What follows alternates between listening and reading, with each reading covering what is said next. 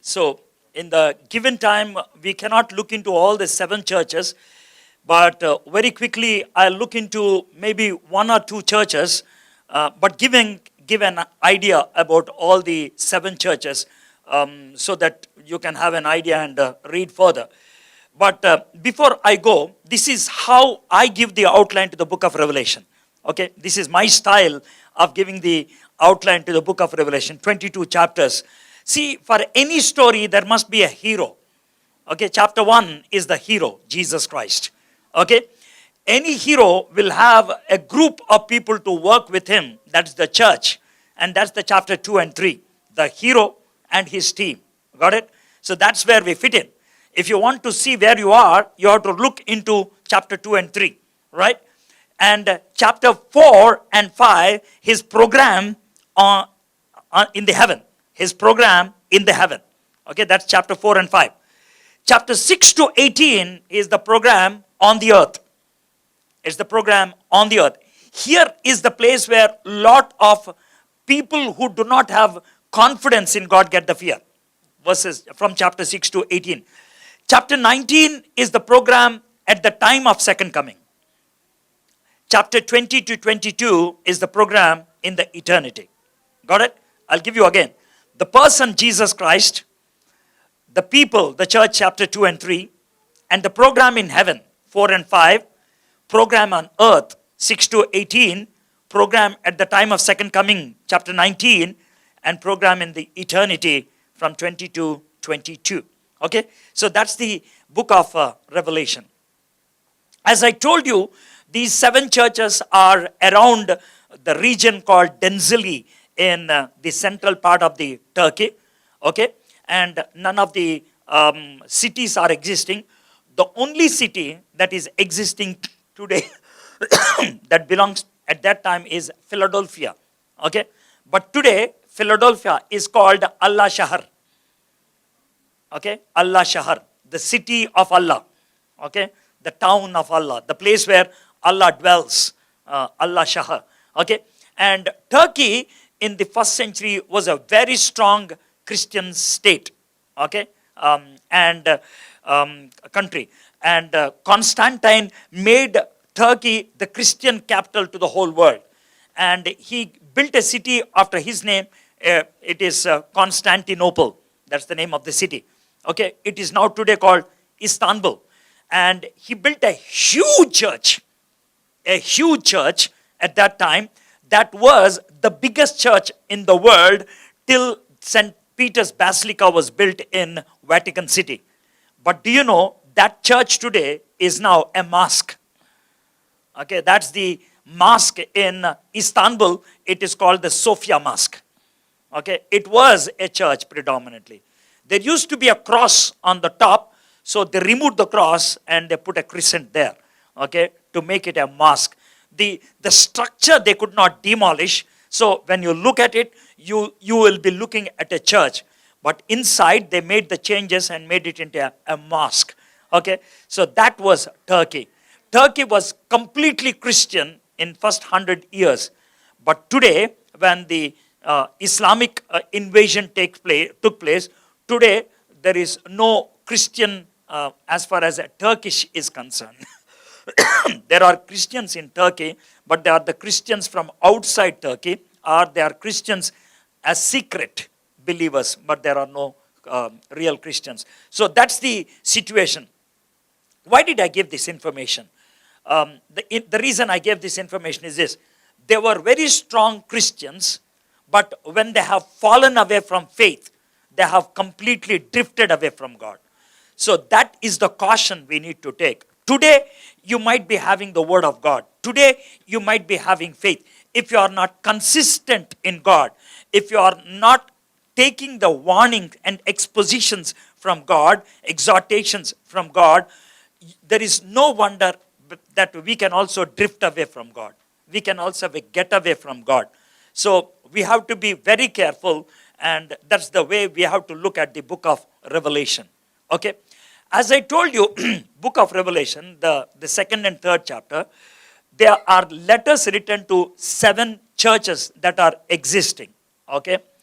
And as I told you, these 7 letters have 4 characters. 1, 2, 3, 4. What are the 4 characters? These 7 churches, the letters written were particular letters, practical letters. What do you mean? They are written to the context. To the context. If he is writing to Ephesus, the church in Ephesus, he knows the geography, he knows the history, he knows the sentiments, he knows the understanding and the culture of Ephesus, and he writes to that. It's particular letter. That's number 1. So if you have to understand these letters, you have to understand the background of that city.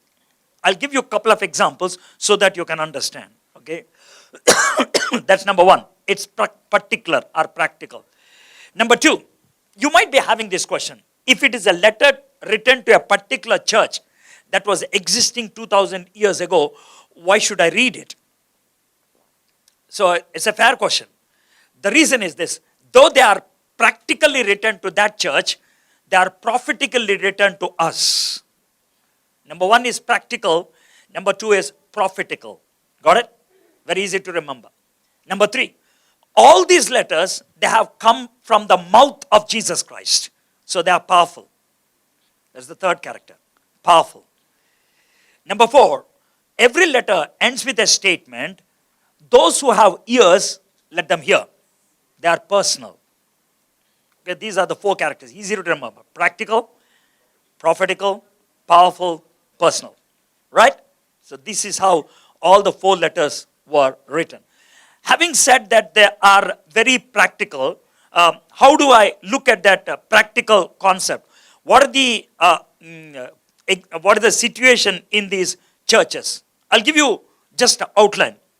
The church at Ephesus, it is having the problem of diminishing love. You can have that word, diminishing love. Okay, easy to remember. Diminishing love. The second church is in the danger of facing persecution. Danger of facing persecution. Smyrna.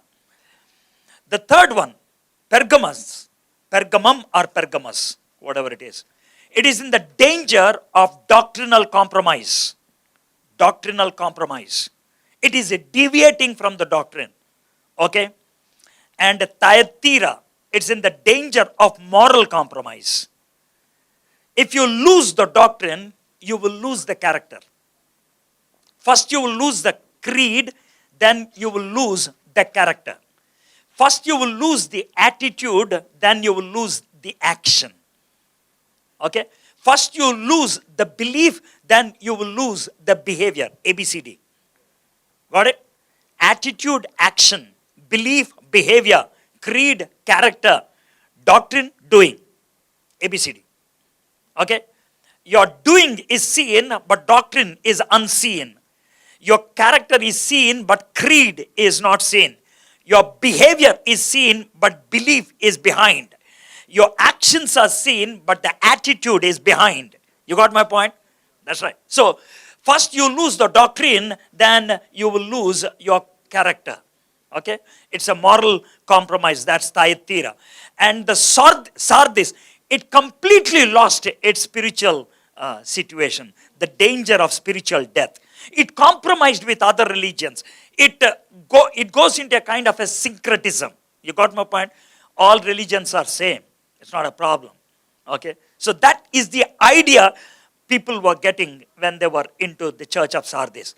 The danger of failing to advance, that's Philadelphia.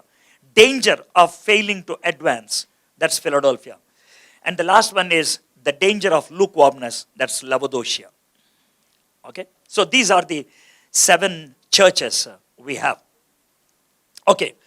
And as I told you, it is in one circle, C, and they go further. So having given you an outline, I thought of taking 2 churches or 3 churches very quickly and see what we can learn. Let me look at the church at Ephesus. Okay, can you open with me to book of Revelation chapter 2. To the angel of the church in Ephesus. As I told you, they are very practical letters. I need to give you a background of that church or the city. then you can understand why Jesus wrote such a letter to them. Okay? Now, very quickly, if there is one city in the Bible which is very predominant in the whole of New Testament, it is called the city of Ephesus. You know it or not, 8 letters of the New Testament was written with Ephesus as the epic center. 8 letters. 8 books in the Bible were written with Ephesus as the epic center. Do you know what are the 8 letters? Number 1, Paul's letter to Ephesus. That's number 1. Number 2, Paul wrote Timothy 2 letters when he was the pastor in this church. So thereby it makes 3. John wrote 3 letters when he was pastor here. That makes 6. John wrote the gospel when he was here. That makes 7. And there is 1 letter in the book of Revelation to Ephesus that makes 8. So 8 books out of 27 in the New Testament have their center here in Ephesus. If you have to say, the world got the Christian doctrine from Ephesus. The world got the Christian doctrine from Ephesus city. And you know, in the early 400 years, the church were formulating doctrines. And one of the important formulation has taken place in Ephesus city. Okay, the creed, the apostolic creeds, the Nicene creed, these are the places, no? Nicene is a place, Nicaea is the place in Italy. Ephesus is the place in the Macedonian area, which is now called Greece, Turkey. Okay, so that's the situation. So Ephesus is the city which gave the whole world the doctrine. Okay, to that city, the letter has been written. Okay, and how the gospel came to this city. Paul was the person who established church. But before Paul, there were 2 guys who came here and started a little bit of church. They are Aquila and Priscilla. But they could not make any inroads. But it was Paul who he spent 3 years in this city. 3 years. And established church. Do you know what was the modus operandum of how Paul preached in this city?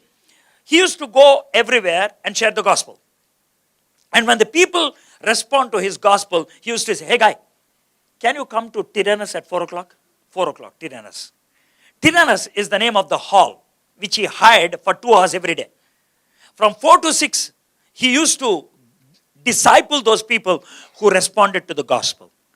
And the people who heard the gospel for 7 days, 8 days, 10 days, grew up in the Lord, they used to go back and they started churches in their own places. I'll give you a couple of examples. You know Epaphras?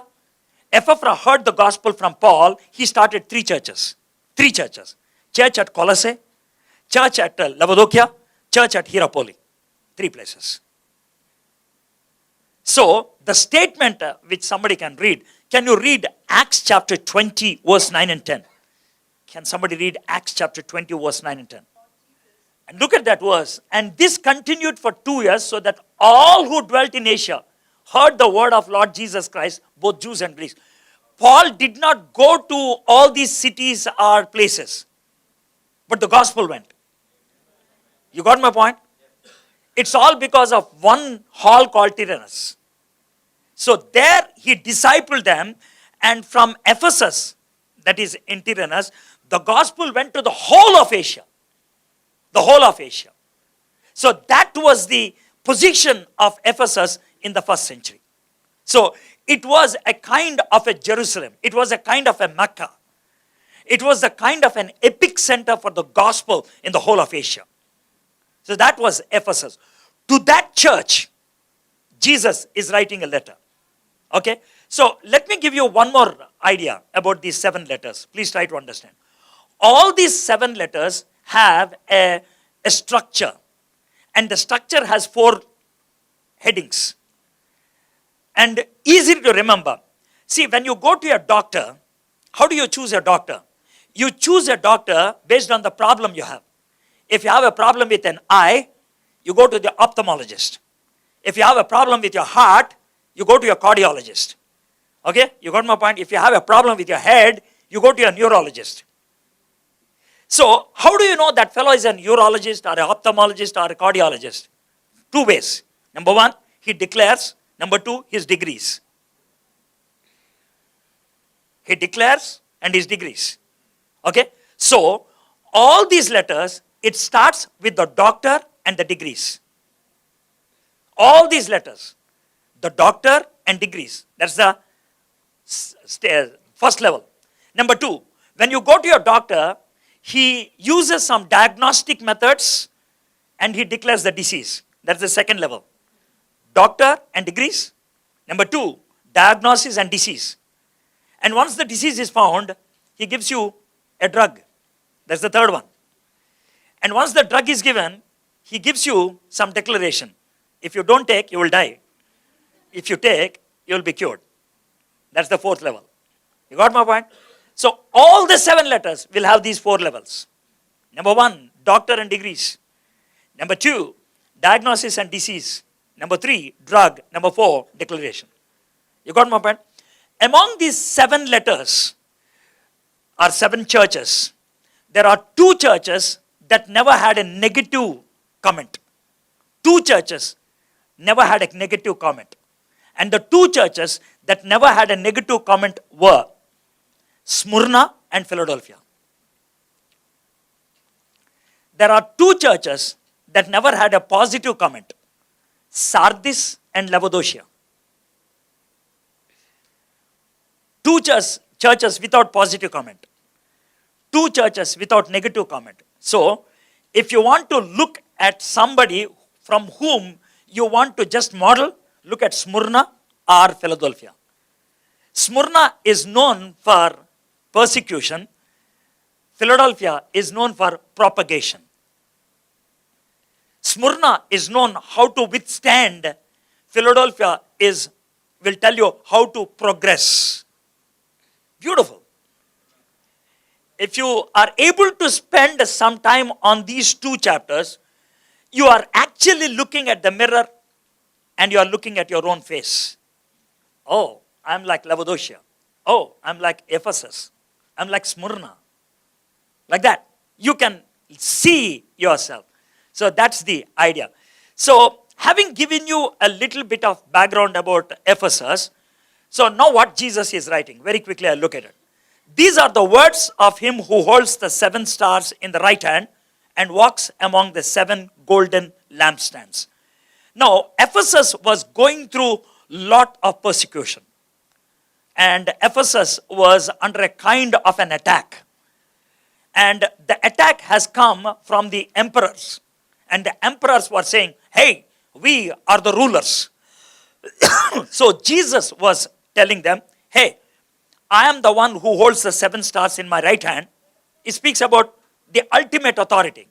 Stars are in the high. I am authority. And I walk through the lampstands. That speaks about his presence. I am powerful and I am ever present with you. That's my quality. That's my character. That's my degree. Why Jesus is saying, I am ultimate and I am watching you? For 2 reasons. Reason number 1. People are losing faith because of fear. Don't fear these people because I'm above them. Second reason. People are going away from faith because they think that God is not observing them. That's why he says, hey, I'm watching you. So that's how he gives. I know your deeds, your hard work and perseverance. I know that you cannot tolerate wicked men, and you have tested those who claim to be apostles, but are not, and have found them false. You have persevered and have endured hardship for my name, and have not grown weary. Now these are all positive statements about Ephesus. You gave the doctrine to the whole world. You are the people who found out who are the false prophets. You are the people who gave the right theology to the whole world. Now, why I want to pick up this letter when I want to speak to you. Now, when I look at the church here, there are hundreds of churches. Okay, and I don't know in how many languages you have churches, but if I happen to go and sit in 100 churches, I can tell you, in 98 churches you will get headache. And in 99 churches, you will get heartache. The way they teach, the kind of doctrine they declare. I'm not kidding. I have been to over 30 churches in all my visits. And I'm speaking from my experience. You'll get heartache and you'll get headache. In that context, if there are few churches that give the right doctrine and sound doctrine, probably you are one among. You are saying praise God now. But be careful. What comes next? That was Ephesus. It was giving the right doctrine to the whole world. They had the theology. The right theology. And now I am reading verse 4. Yet I hold this against you. You have forsaken your first love. Now I want to teach you two words. Don't misunderstand me. You heard the word orthodoxy? Do you know what is the meaning of orthodoxy? It is a combination of two words, orthos and doxy. Okay? Orthopedics, you have no? Ortho means right. Doxy means doctrine. Orthodoxy means right doctrine. They had the right doctrine. But when Jesus said, you have forsaken your first love, do you know what is missing? Orthopraxy. Right practice. They teach, but they don't practice.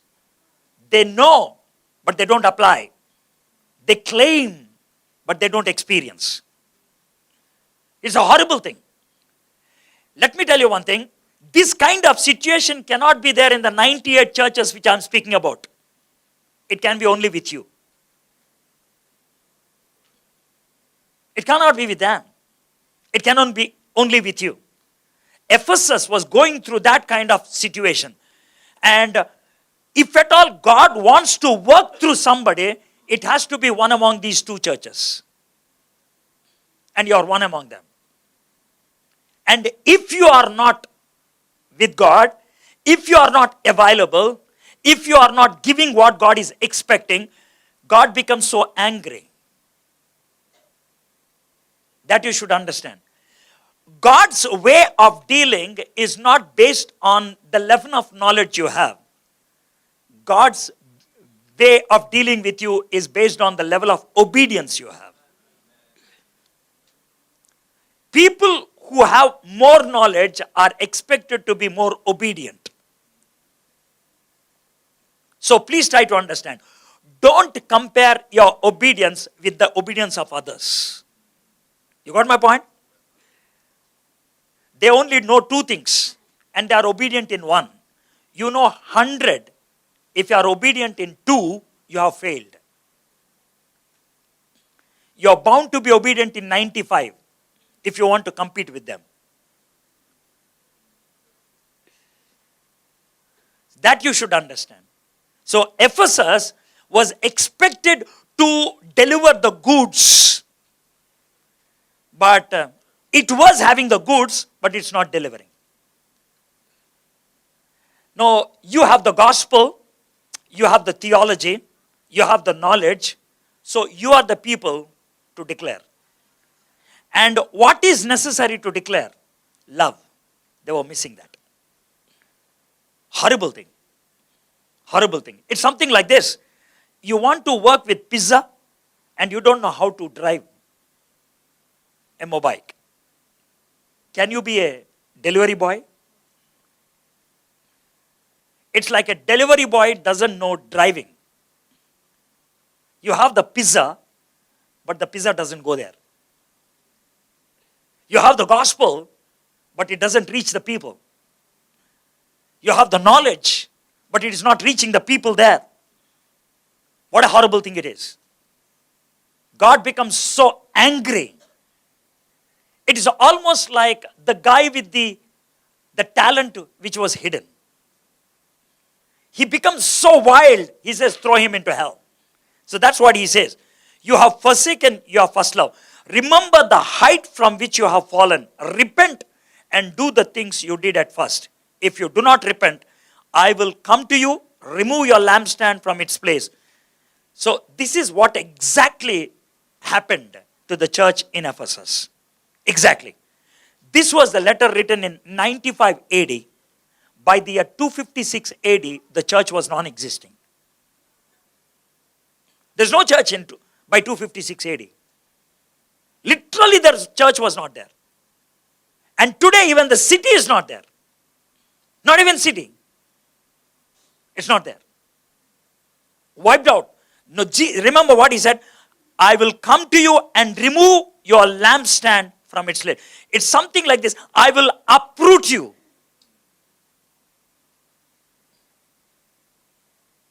And it has happened. So, how do we take this? This is how we need to apply. What do I know, and how much of what I know is being applied? That's how you have to understand. And that's why people who are in the position of teaching, people who are in the position of acquiring more information or more knowledge, they have the burden of having more obedience. But you have this in your favor. You hate the practices of Nicolaitans, which I also hate. You know who are the Nicolaitans? The word Nicolaitans come from two words, Nike and Laity. You know the word Nike? Nike. What is Nike? Shoes, that's what you know. But Nike is the name of a Greek goddess. Victory. Got my point? So, don't worry. I'm not asking you to get away with your Nike shoes. But I'm just telling where from you got that word Nike. Nike is the name of a Greek goddess, victory. Okay? Laity is the meaning of the word clergy, like the people who are in the listening. So, if there is somebody who is trying to oppress the laity, he is called a Nicolaitan. That means through his knowledge or through the doctrine he uses. See, there are churches who almost look at their pastor as a demigod. That is a Nicolaitan. So they don't go beyond their pastor. I know some churches in India, they don't have their personal quiet time. The pastor sends. They look at the verse the pastor sends. That's it. So the pastor is always the one who gives the spoon feeding. So they were meant to be living like that. They can't go beyond. If there is somebody who comes and questions the pastor, that's all. Either he is oppressed or thrown away. That's a Nicolaitan. Okay? I also hate. He who has an ear, let him hear what the Spirit says to the church. To him who overcomes, I will give the right to eat from the tree of life, which is in paradise of God. So as I said you, towards the end comes the declaration. The declaration is this. If you listen, you will be given the position in paradise. If you don't listen, you will be uprooted. So beautiful, no? So that's an example I have given. Okay? The second church, here I want to dwell more. So I've given you an outline of 3 churches. And the other churches you can go and work. I'm reading verse 8 to 11. That's the church in Smyrna. To the angel of church in Smyrna. As I told you, the outline, It is a practical letter. Let me give you an outline to the city of Smyrna. Smyrna is mire. You know mire? Can you remember how many times mire was referred to Jesus Christ in his life? Mire. Pardon? Go ahead, no problem. Even if you tell wrong, I appreciate for trying. Pardon? I said how many times it has come into the reference of Jesus Christ. 2 times? Can you think again?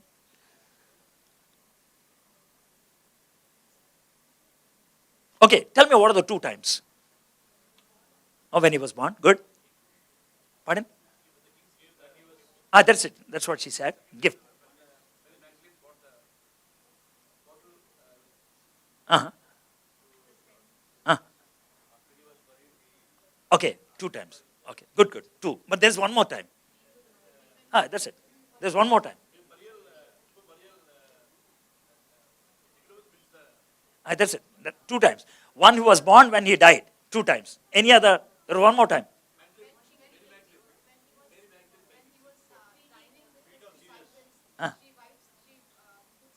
That is alabaster, not myrrh. Okay. Very important occasion. Very important occasion. You will find myrrh 3rd time. Once when he was born, and once after he died. And there's one occasion, very important occasion, where myrrh comes. That is after death over, no. After resurrection, what will you do with the myrrh? Okay. When Jesus Christ was dying, they put the hyssop in myrrh to give it to his mouth. Yeah, it's called vinegar, but originally they dipped in myrrh. So for us to understand, they use the word vinegar. Okay? Do you know why they actually give the myrrh? They actually give the myrrh to what you call make you insensitive. Sedation. But Jesus was not willing to take that because he wanted to bear the pain. He was not willing to take the sedation. He wanted to go through the pain. So these are the 3 occasions. When he was born, when he was dying, and when he died. So Smyrna is the name that from which myrrh has come. Okay. So Smyrna is one of the oldest cities in Turkey. It was actually built by Hittites in 2000 BC. In 700 BC, the Smyrna town was completely demolished. Gone. It's not there. But in the year 330 or 34, Alexander got a dream. And in that dream, somebody told him, hey, build the city of Smyrna. So he decided to build the city of Smyrna. City of Smyrna is a very beautiful city. It is like the Vizag city. Why I'm calling it as Vizag city and calling it as beautiful? It's simple. If you are traveling from Vizag to Bhimli on the beach road, it's beautiful. The beach will be in the shape of a C, alphabet C. So the water will be gushing in, and to the one side is a mountain, and you're going on the road. Beautiful. Okay? So Smyrna is like that. Okay? And the road is about 4 miles, around 6.5 kilometers. 4 miles. So what Alexander did was this. He laid a beautiful road. On the either side of the road, he built 2 big temples to the sun god.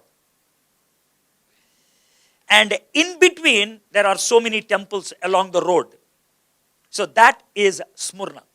It's a beautiful city. And after the collapse of the Greeks, the Romans have come. When the Romans have come, Emperor Augustus, in the year 26, he took over this city called Smyrna, and he named it as the first municipality of that area. Okay?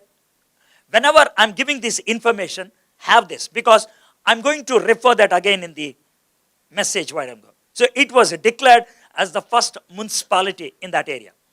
And then he built a temple. And that temple he built for the first time to himself. So inside there will be Augustus sitting, the idol. People come and break the coconuts to Augustus. People come and do all kinds of sacrifices to Augustus. From there, the emperor worship has started in 26 AD. That was in Smyrna. And after Emperor Augustus, Nero came.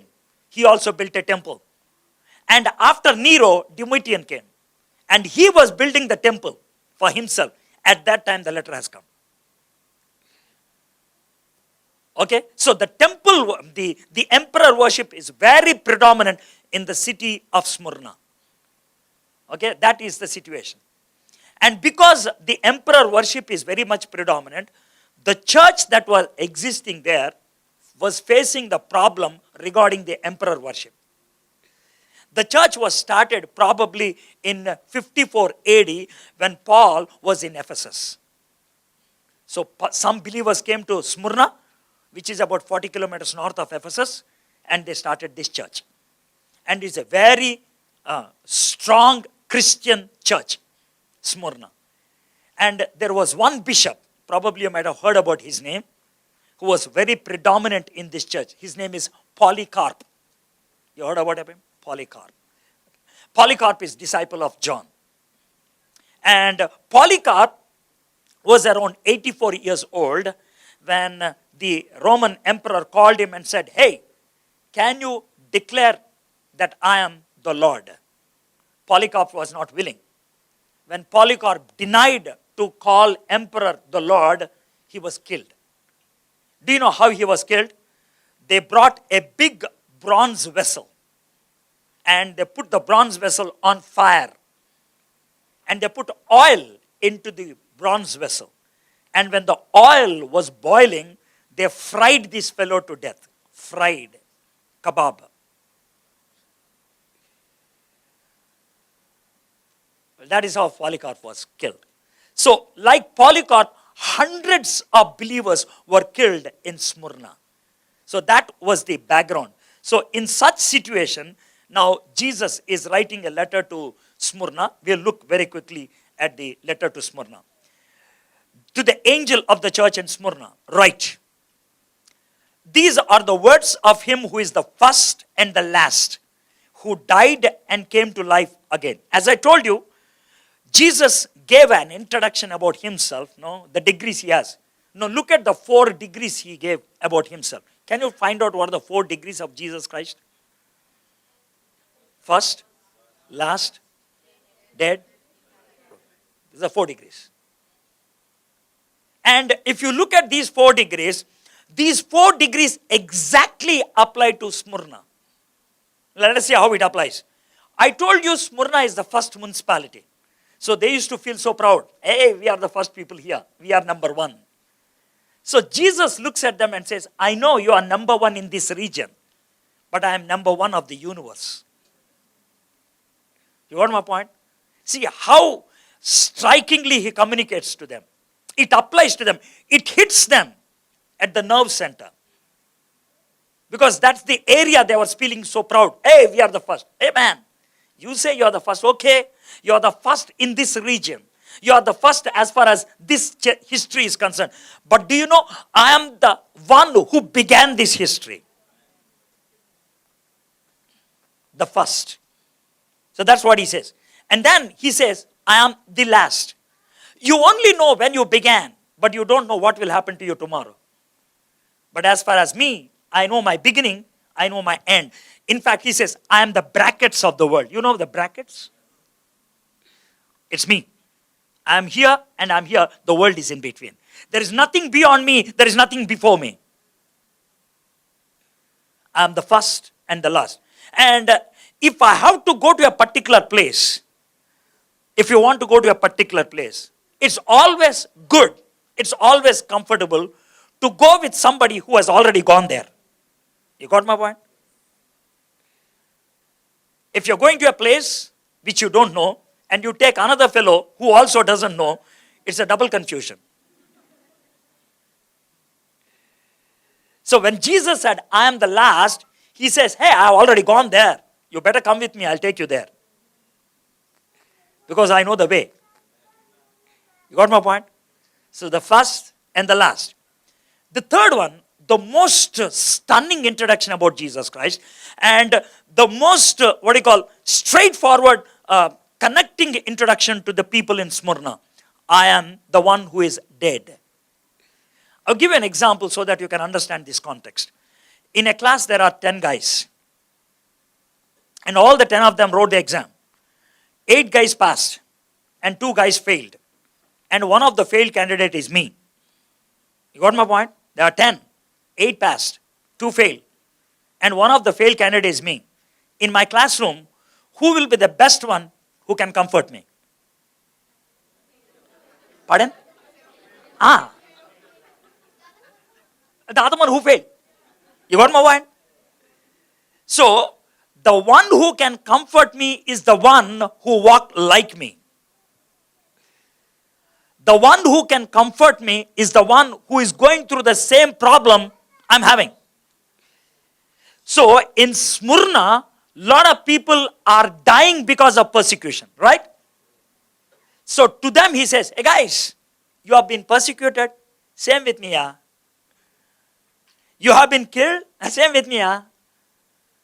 You have been thrown away, same with me, yeah. You have been put to shame, same with me, yeah.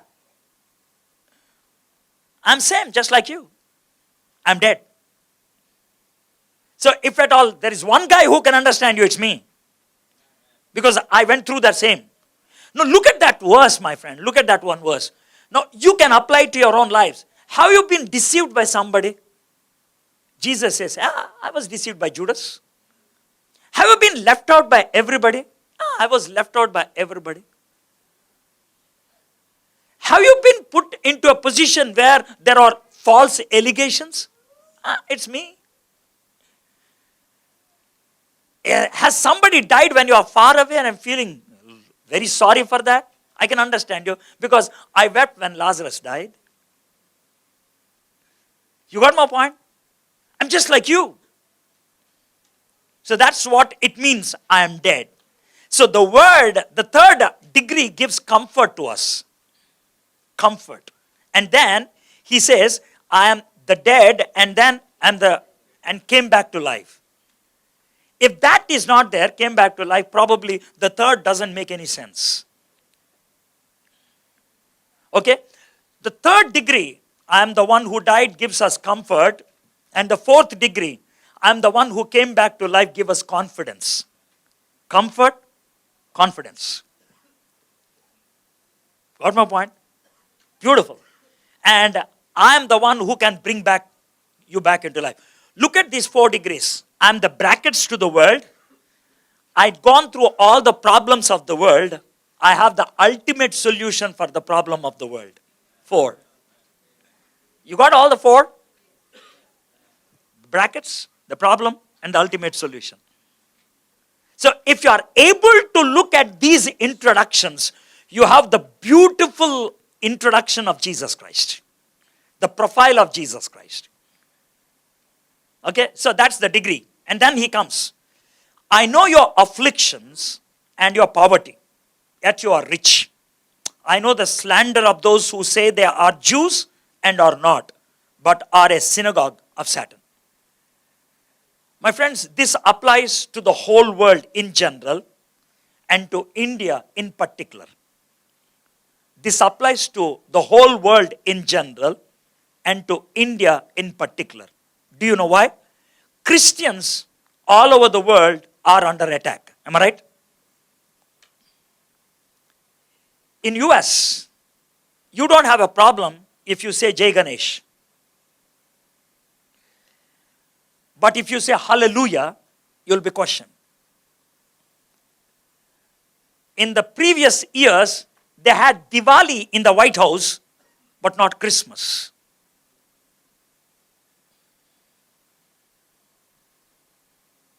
That's the situation in US. You have ISKCON in almost every city in Russia, but the churches in Russia are closed. This is the situation in the world at large. There is an attack on Christianity. In India, the persecution level has gone to an unimaginable height. If you look at the open door ministries, the persecution in India at present is at level 10. The 10th most persecuted country in the world is India. Persecuting world, country in the world is India. Syria is 11. India is 10. There's more persecution of Christians in India than in Syria. That's the situation in India. So when you go through these challenges, when you go through this persecution, the question comes, what is God doing? Here is the answer. I know your afflictions and your poverty. What he says, hey, when you're going through suffering, when you're going through difficult situation, I was standing there and I'm watching you. What are you doing, man? Can't you step in and do something? He says, no, I'm not going to do it. Why? Because affliction is good for you. It's good. Do you know in what way it is good? Number one, if you go through affliction and die, you're going to receive the crown there. The affliction is for a week, but the crown is for eternity. Number two, in your affliction, if you die, it will open the eye of somebody else. Your death is life to somebody. Your death is life to somebody. Beautiful, no? When Stephen died, who got life? Paul. That's how it started, when Stephen died. So, our suffering can be an opening to somebody else. You know Richard Wurmbrand? He used to run a magazine called Tortured for Christ. P.P. Job used to send that magazine every month. And I remember one story. These are the stories, are testimonies from the, behind the Iron Curtain. Iron Curtain is in Siberia, where the lot of Christians were put to persecution. So look at this story. There's a father, there's a mother, and there is a 16-year-old son. And all the three were put behind the bars because they are Christians. One day, the 16-year-old was brought to the officer, the police officer. He was standing there. He was already beaten and he was very sick. He stands there and looks at the police officer. The police officer says, hey guy, I heard that your Jesus Christ gave 10 commandments. Can you tell? This guy was so excited. The police officer is asking me to quote something that's there in the Bible. So he started quoting the 10 commandments. He came to the commandment, now honor your parents. Then he said, wait. Your Bible says that you have to honor your parents. Yes, sir.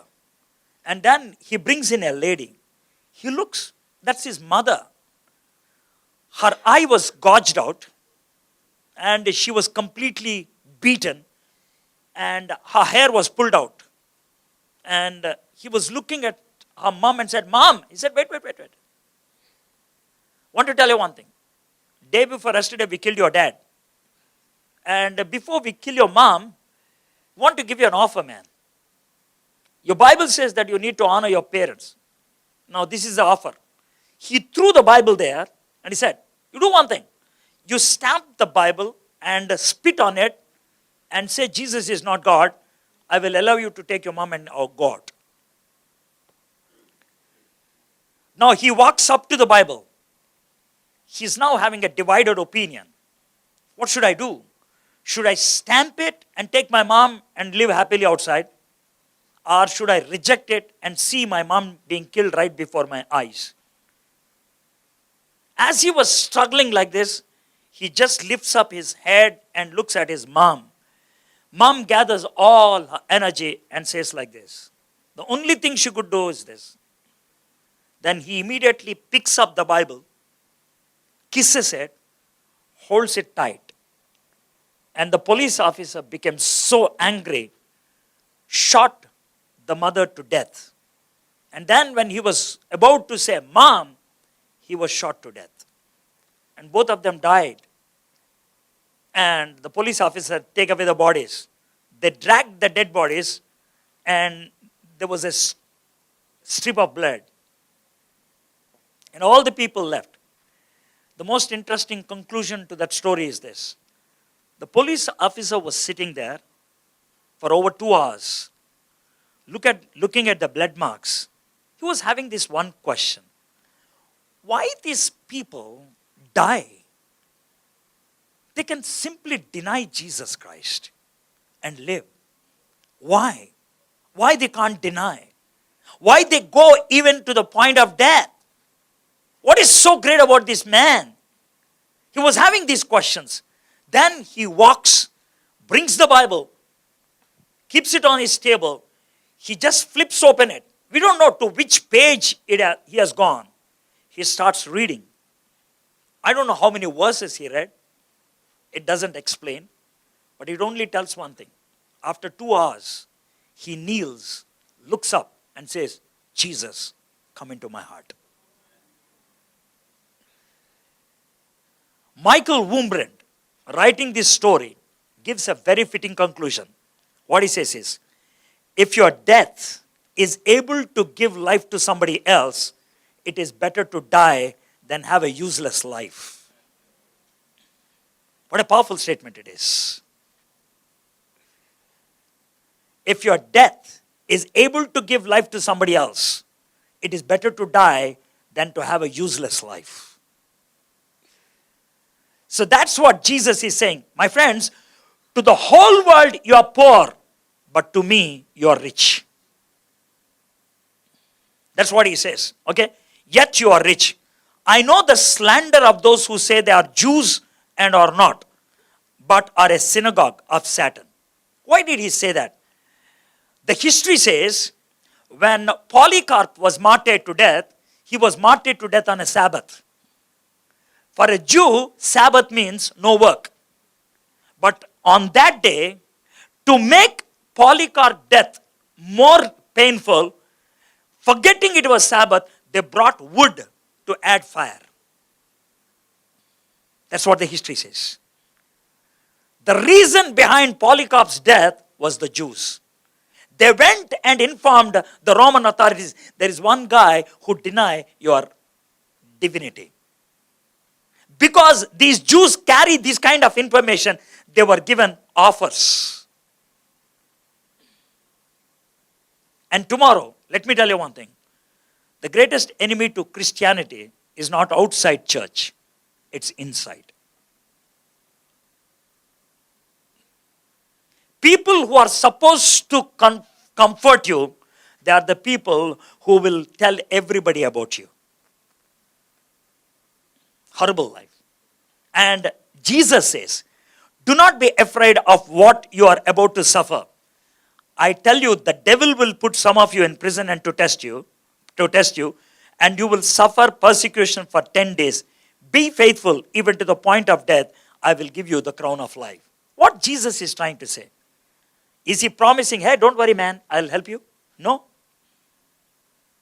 Is he telling, oh, don't worry, there are good days to come in ahead? No. He is clearly telling the days are going to be tough. People will be dragged into prison. But I want to tell you one thing. If you stay right, you will find the right place. And the statement is very powerful. Be faithful even to the point of death, and I will give you the crown of life. Be faithful to the point of death, and I will give you the crown of life. That means, he says, don't worry about the comfort here. I'll give you the eternal comfort there. And I will give you the crown of life. He who has an ear, let him hear what the Spirit says to the churches. He who overcomes will not be hurt at all by the second death. There are two options. You fear the first death and compromise. You live for some days, but you face the second death. You don't fear the first death and you don't compromise. What happens? the second death is thrown out for you. Am I clear, my friends? The world is coming to that situation very clearly. At gunpoint, they're going to ask you, are you a Christian? Do you believe in Jesus Christ? Point of death. And you need to say yes, or you need to reject and go back to heaven, hell. That's simple. So that is Smyrna. Do you think Smyrna applies to each one of us? Yes. Do you think the church, the ministry to the church at Ephesus applies to us? Yes. That's why I said all these letters are personal. Okay? Let me give you one more letter, probably that will wind it up. We go to the church at Laodicea, the last one. Let me give you the history. I gave you the history of Ephesus. I gave you the history of Smyrna. Let me give you the history of Laodicea. Okay? So, Laodicea is a very romantic city. Very romantic city. Do you know why it is called romantic city? Way back in 190 BC, there used to be a king by name Antiporus. Okay? And this fellow is a very romantic guy. Like, he wants the best woman in his kingdom to be his wife. There was one girl who was very beautiful. He wanted her to become his wife. He never raped anybody or he never forced anybody, but he used to ask. If they become his wife, he used to enjoy. So he asked this particular girl, hey, will you become my wife?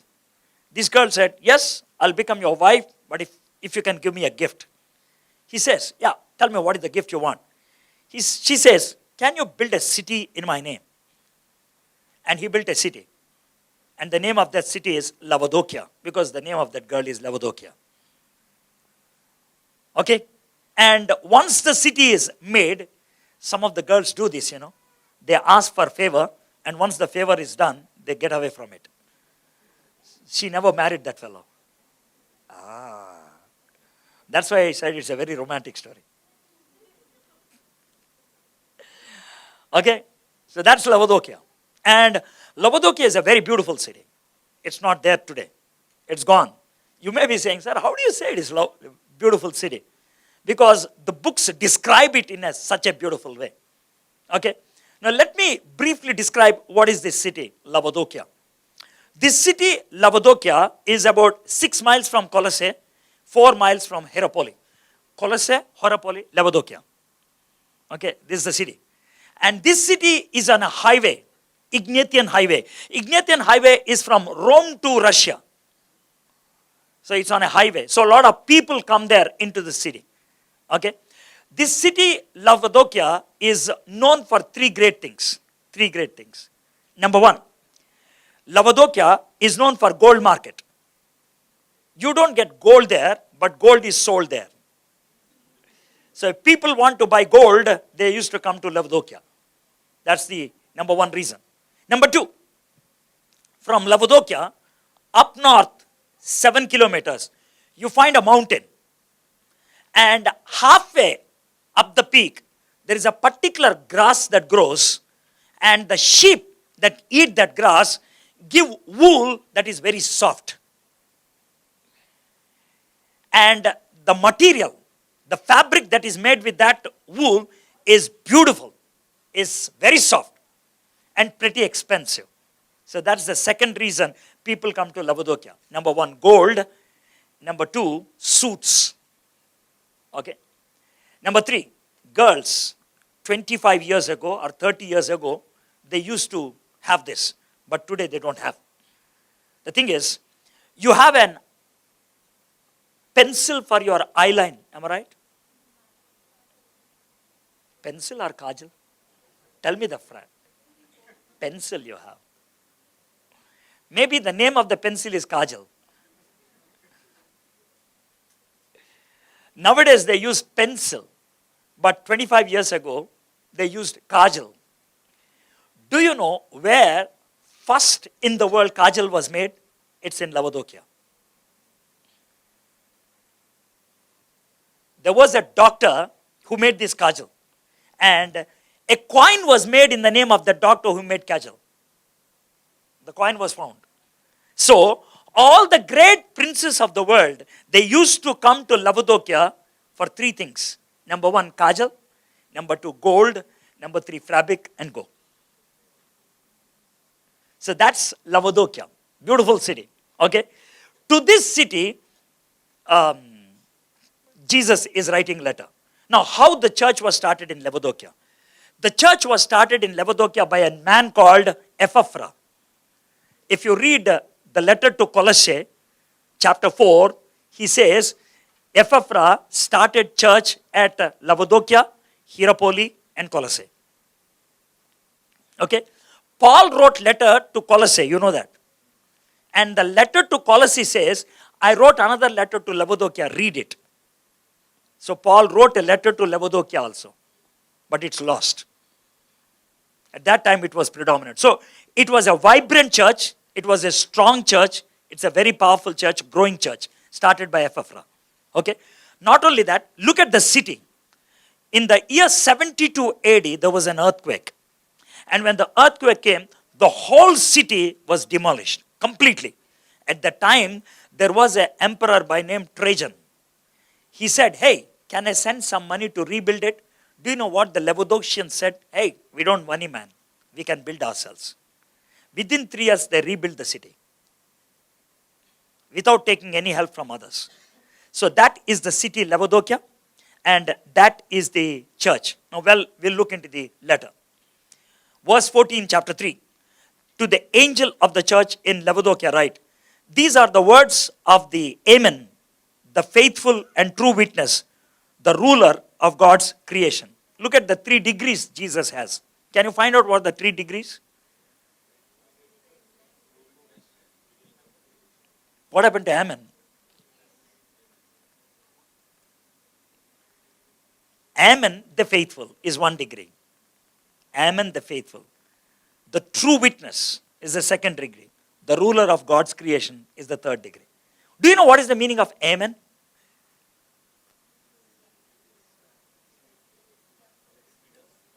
Okay, let me give you what is Amen in contemporary language.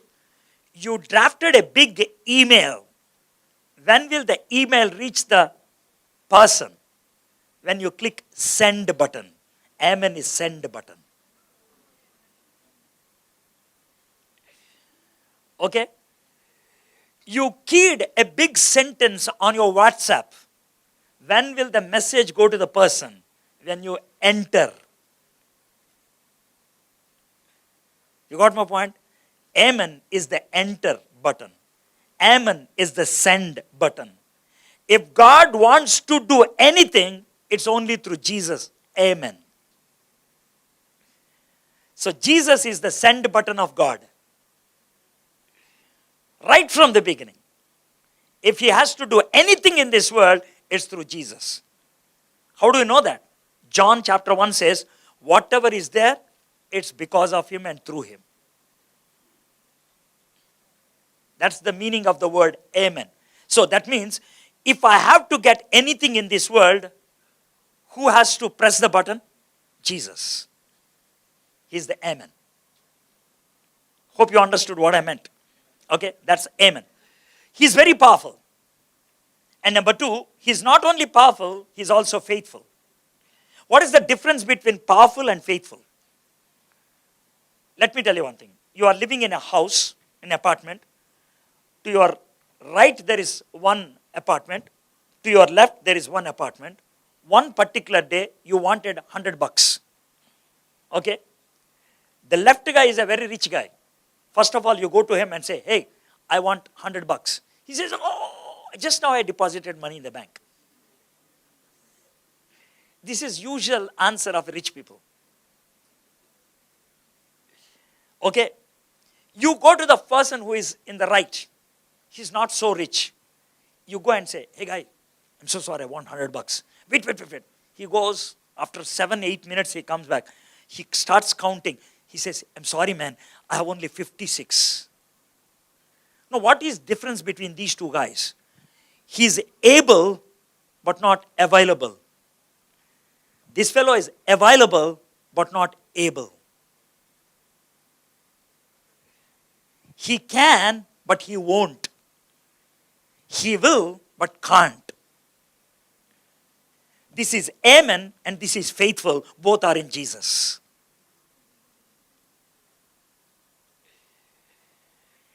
He is willing and he is able.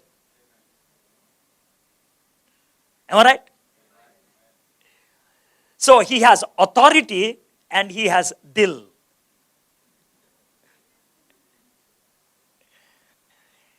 So that's the beauty of these two characters, Amen and faith.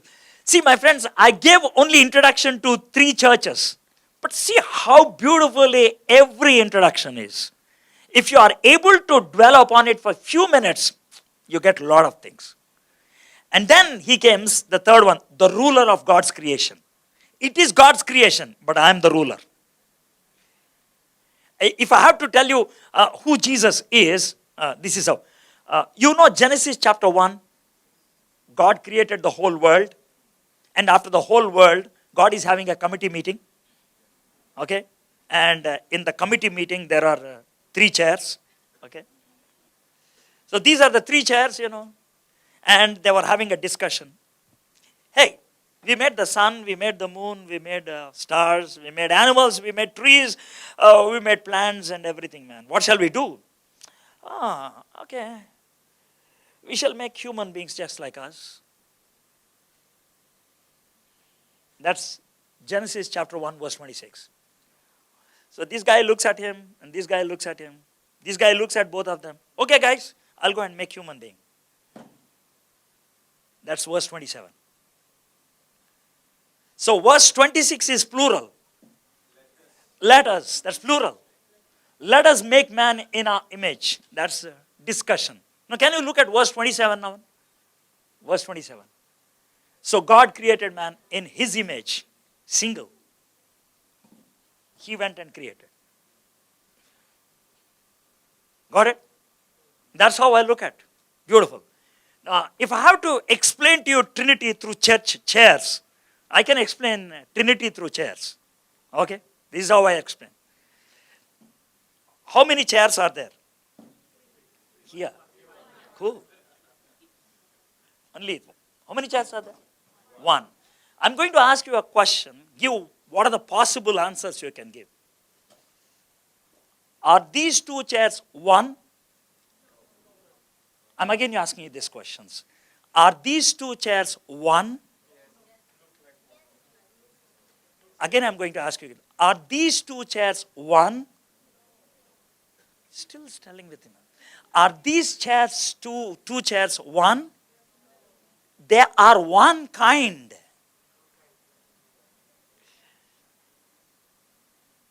Am I right or wrong? Any doubt? This chair is exactly like this chair. One kind. For example, if somebody asks you, can you take one of these 2 chairs? What do you say? You give anyone, it doesn't make any sense. Let's go. That's why when he wanted to keep the black one, I said no. If there is a black one, I want black. No, I want red. No, how do you do? Anyone. And these 3, one kind. 3, 1. That's why Jesus said, I am like Father, I am like Holy Spirit. All 3 are 1. Am I right? And now if I keep these 3 chairs one on the other, it's 1. That's Trinity. Are there 3 chairs? Yes. Is it 1? Yeah, 1. One kind, one authority, one control. There is no conflict. There is no confusion. Absolute communication. That's Trinity. So Jesus, when he says, well, I am the ruler of the creation. That means these 3, when we 3 sat, they decided to make me the head. Do you know why Jesus was made the head? The reason Jesus was made head, because he was willing to be crucified. Not the Holy Spirit, not the Father. Of all these 3, Jesus is exclusive. Do you know why? Father is only God. Holy Spirit is only God, but Jesus is God and Holy Spirit cannot save us. Father cannot save us. Only Jesus can save us. And that's why Jesus says, I am the way. Got my point? So that's why he says so perfectly, I am the Amen, the faithful witness, the ruler of God's creation. So that's the introduction to the church at Laodicea. And then what he says, I know your deeds, that you are neither cold nor hot. I wish you are either one or the other. So because you are lukewarm, neither hot nor cold, I am about to spit you out of my mouth. Oh, let me explain to this. If you know only the history and geography, then only you can understand the concept lukewarm. A lot of messages were given in a wrong way. People think hot is spiritual, cold is unspiritual. No. Look at this. I'm reading it again. I know your deeds, that you are neither cold nor hot. I wish you are either one of the other. That means if you are cold, good. If you are hot, good. So here hot is not spiritual. Cold is not unspiritual.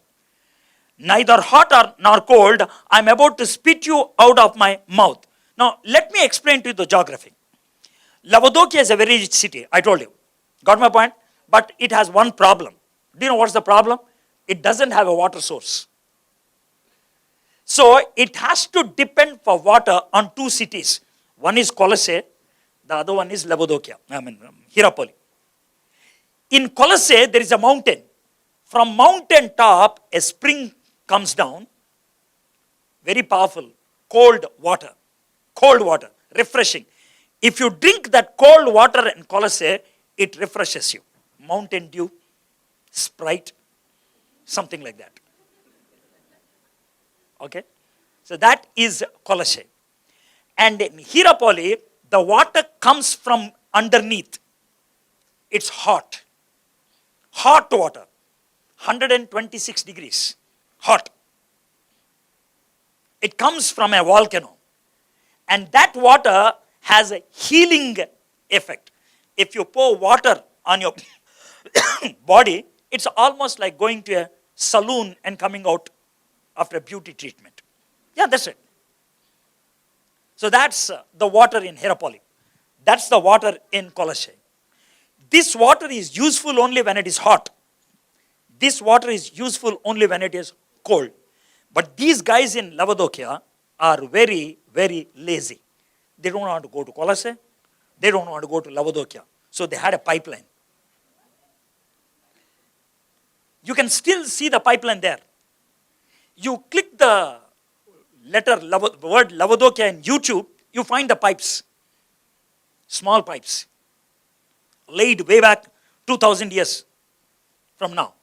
So, the cold water starts in the pipeline in Colossae, and by the time it reaches Laodicea, it becomes warm.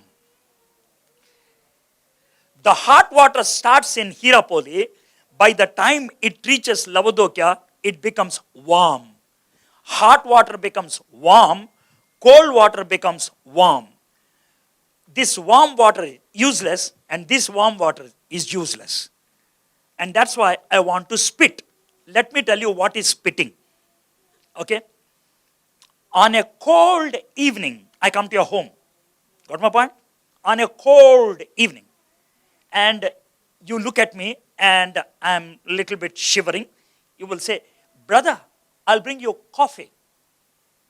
You will say, you go inside.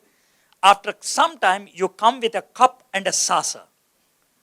So I'm presuming that you are bringing hot coffee. Got my point? So you gave me coffee. So I started drinking. It is cold. What happens when the coffee becomes cold? Can you tell me? Mothers, ladies, can you tell me? That's a man's answer. I want a woman's answer. Can you tell me what happens when the coffee becomes cold? That is an extra answer. I want a simple, straightforward answer. What happens? There will be a layer formed when it becomes cold. So when you try to sip, it sticks to your lips. You will say, right? That's what Jesus said. Got it? So, perfect example. I feel like spitting, man, because it doesn't go in. Okay? So, on a hot afternoon, I come to your home. It's really hot outside, 40 plus. And you say, brother, I'll get you thumbs up. It's a huge glass, and you pour thumbs up, and in a tray you bring it. And I'm really hot, and it's very bad. And when I look at that drink, my saliva comes out. I want to take the thumbs up. And as I'm taking it, it's hot. Do you like to take in? Will the hot thumbs up be tasty? No. It smells like kerosene. Hot thumbs up. It smells like kerosene. You feel as if you are taking something with ferrous. Women, when they are pregnant, they take a lot of Fefol. Yeah. It's almost like that. You may be wondering how this fellow knows that. I worked in a drugstore for some time, so I know that. So it smells very bad. So you don't want to get in, you want to spit out. So what Jesus is trying to say is, you are useless. So I want to spit. You are useless. I want to spit. If you are intended to be hot, be hot. If you are intended to be cold, you be cold. If you lose your intended status, you are useless. My friends, look at that statement and think about your own life. When Jesus looks at you, will he accept you or spit you out? These are the two options. Either he will accept you or he will spit you out. To the church at Laodicea, he said, I feel like spitting, man. Because you have lost your required status. Is that the situation with us? After so many years of preaching, teaching, and acquiring all this fellowship, have we become useless? Then he says, you say I am rich, I have acquired wealth, and do not need a thing. That's what has happened in 72 AD when the earthquake came. But you do not realize that you are wretched, pitiful, poor, blind, and naked. How many scoldings? 5. All possible dirty words. Wretched, useless fellow. Pitiful, poor, blind. Don't you have eyes, man? Can't you see? Naked. Fellow, you speak about your fabrics, you are naked. You speak about kajal, but you are blind. You speak about your riches, but you are poor. Got my point? You speak about your gold market, but you are poor.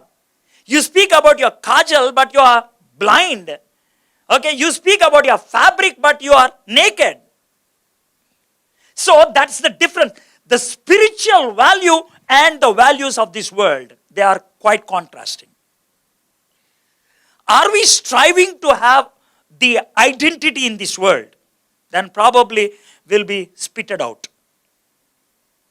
And then he says, I counsel you to buy from me gold refined in the fire, so you can become rich, and white clothes to wear, so you can cover your shameful nakedness, and salve to put on your eyes, so you can see. See the 3 things. The 3 great things of Laodicea. Hey, you have gold, but my gold is refined. You have clothes, but my clothes are of righteousness. You have salve, but my salve will give the eternal vision. And he says, buy from me.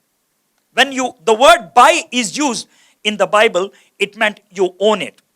To whom I love, I rebuke and discipline. So be earnest and repent.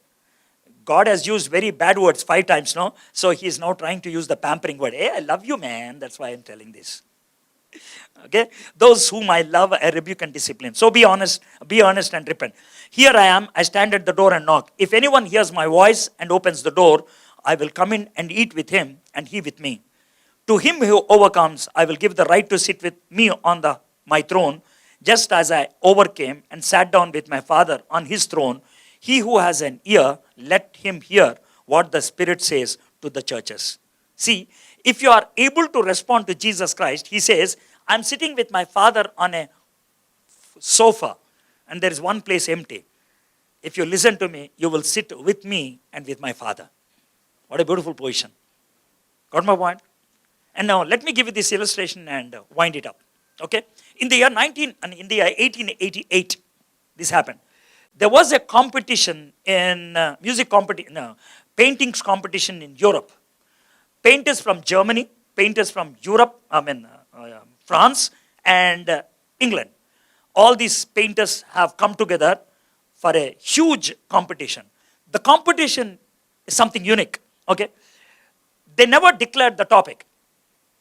They asked the painters to come there and they gave them papers. They gave them the paintings and all this necessary. They said, we are going to give you time.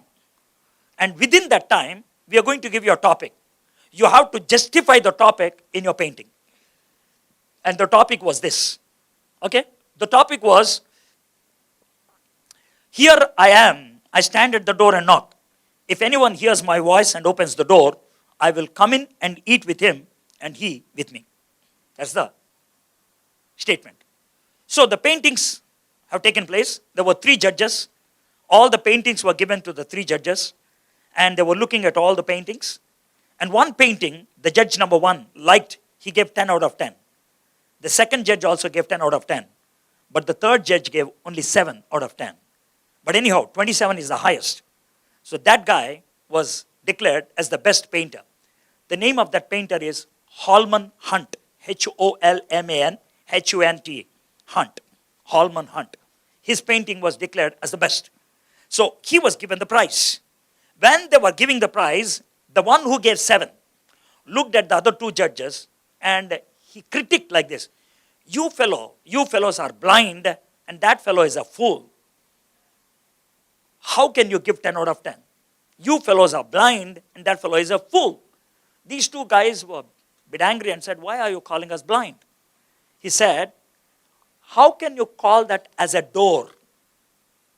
How can you call that as a door? It's not door. It's piece of wood. Do you know why I'm calling it as a piece of wood? It doesn't have any bolt or nut or anything else to lock. It doesn't have. How can you call it as a door? Any door should have something to open. It doesn't have. How can you call it as a door? It's a wooden piece. Probably you might have seen this painting. This is a very famous painting. There's a young Jesus with a lamp and with a rod in his hand standing out of a door. That was the painting of Holman Hunt. And that door doesn't have knob or anything. Then they called Holman Hunt and he said, hey guy, there's no bolt or anything to go in. And that man looks up very confidently and says, sir, I haven't drawn the door of my house. I have drawn the door of my heart. The door of a house needs somebody to be opened from outside so that they can go inside. The door of my heart, it doesn't have an opening from outside. It has an opening only from inside. Anything that needs to come inside, it needs my permission. If you don't want to see, you will close eyes. If you don't want to hear, you can close your ears. If you don't want to eat, you can close your mouth. If you don't want to feel, you can shun off. But if you want, you need to permit. Anything that has to come inside, it needs your permission.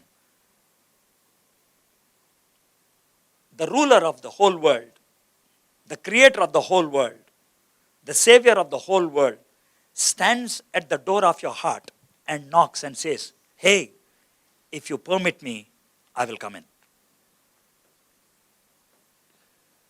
How powerful is the picture? And if he comes, it's not for punishment. If it's not for rebuke, he says, I will dine with you. What is the meaning of dining? It speaks about fellowship. It speaks about companionship. I will be with you. I'll be your partner. What a beautiful it is. My friends, are we like Lavadokia, where God wants to spit? Or can we learn a lesson and allow Jesus to come into our heart? Can we be like Smyrna, willing to face death and get rid of the second death? Can we learn from Ephesus? People having the right theology also have the first love. So every church has a message for us.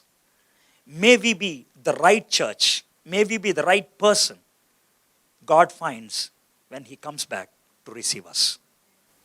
Lot of material to be kept in our hearts. We'll get our definitely video here. I know you have to go through it again so that we'll remember. But it's very interesting, and all glory to God.